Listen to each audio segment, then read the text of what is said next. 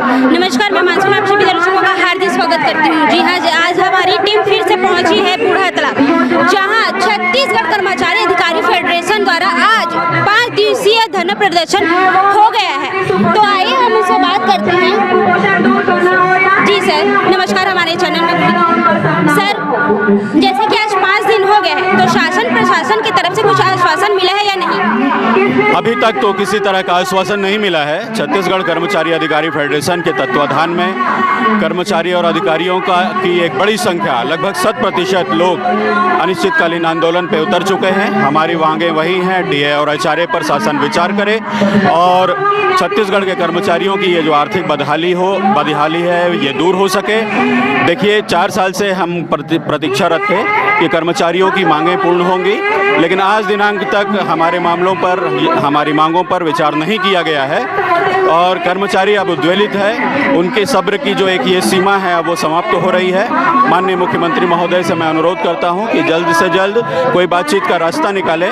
हम कर्मचारियों की बातों पर वो ध्यान दें और कर्मचारियों को बिल्कुल भी ये शौक नहीं है कि वो अनिश्चितकालीन पर बैठें, जनमानस को किसी तरह की परेशानी हमारे कारण हो। और विनम्रतापूर्वक आग्रह है कि शासन हमारी मांगों पर विचार करेगा और जल्द से जल्द कोई एक रिजल्ट निकलेगा, एक समाधान निकलेगा जिससे कर्मचारियों की पीड़ा दूर होगी। तो आगे इस धरना प्रदर्शन को लेकर आगे क्या पड़ाव रहेगा आपका? इस धरना प्रदर्शन के बाद हम प्रतीकात्मक रूप से और भी कुछ चीज़ें कर रहे हैं। जैसे कल हमारी मसाल रैली निकली थी, आज भी हम वाहन रैली निकाल करके शासन के विधायकों से, मंत्रियों से और इस तरह से भी हम अपनी बात उन तक पहुंचाने की कोशिश कर रहे हैं ताकि शासन जो है जल्द से जल्द कोई एक ऐसा रास्ता निकाले जिससे कर्मचारियों को एक सौगात मिल सके, उनके बीच भी खुशहाली आए। मैं पंकज पांडे, प्रांत अध्यक्ष, स्वास्थ्य एवं बहुउद्देशीय कर्मचारी संघ छत्तीसगढ़। सर, आपका क्या कहना है शासन प्रशासन में? देखिए, छत्तीसगढ़ कर्मचारी अधिकारी फेडरेशन के द्वारा लगातार पिछले 30 मई से जो हमने मुख्य सचिव छत्तीसगढ़ शासन को अपने मांग पत्र जो हमने सौंपा था, उस मांग पत्र के बाद में हमने उसमें अपील की थी कि हमारी 2 स्तुति जो प्रमुख मांग है, केंद्र के समान दे दिनांक से 34% महंगाई भत्ता एरिया सहित दिया जाए। दूसरा, 7वें वेतनमान के अनुरूप 1/1/2016 से गृह भाड़ा भत्ता दिया जाए। बावजूद उसके सरकार ने हमारी इस मांगों पर निर्णय नहीं लिया। हमने उस अपने मांग पत्र में ये तय किया था कि अगर सरकार हमारी मांग को नहीं मानती है तो हम 1 दिवस का पहले हम हड़ताल करेंगे, जो हम 29 जून को संगठन के द्वारा ये मजबूत आंदोलन किया गया। उसके बाद भी अगर शासन निर्णय नहीं लेती है तो हमने उसके में दूसरे चरण आंदोलन हमने बात की थी कि 5 दिवसीय हड़ताल किया जाएगा।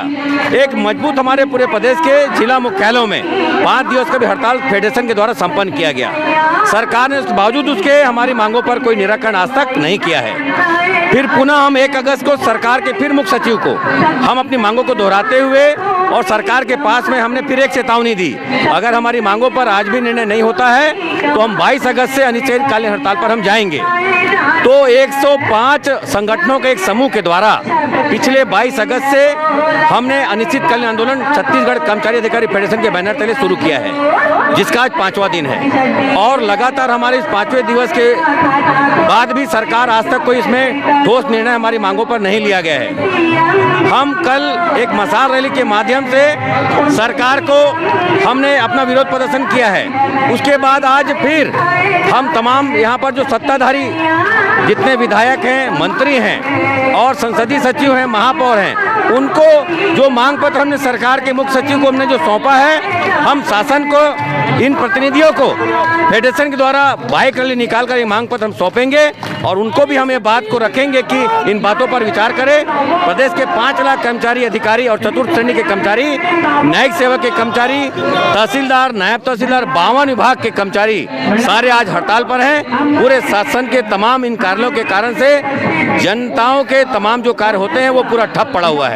पुनः अपील माननीय मुख्यमंत्री जी से, हमारी मांगों पर सकारात्मक निर्णय ले और हमारी मांगों को पूरा करें। धन्यवाद। इनका कहना है कि आज जैसे कि हमको पता है कल मसाल रैली निकाली थी और आज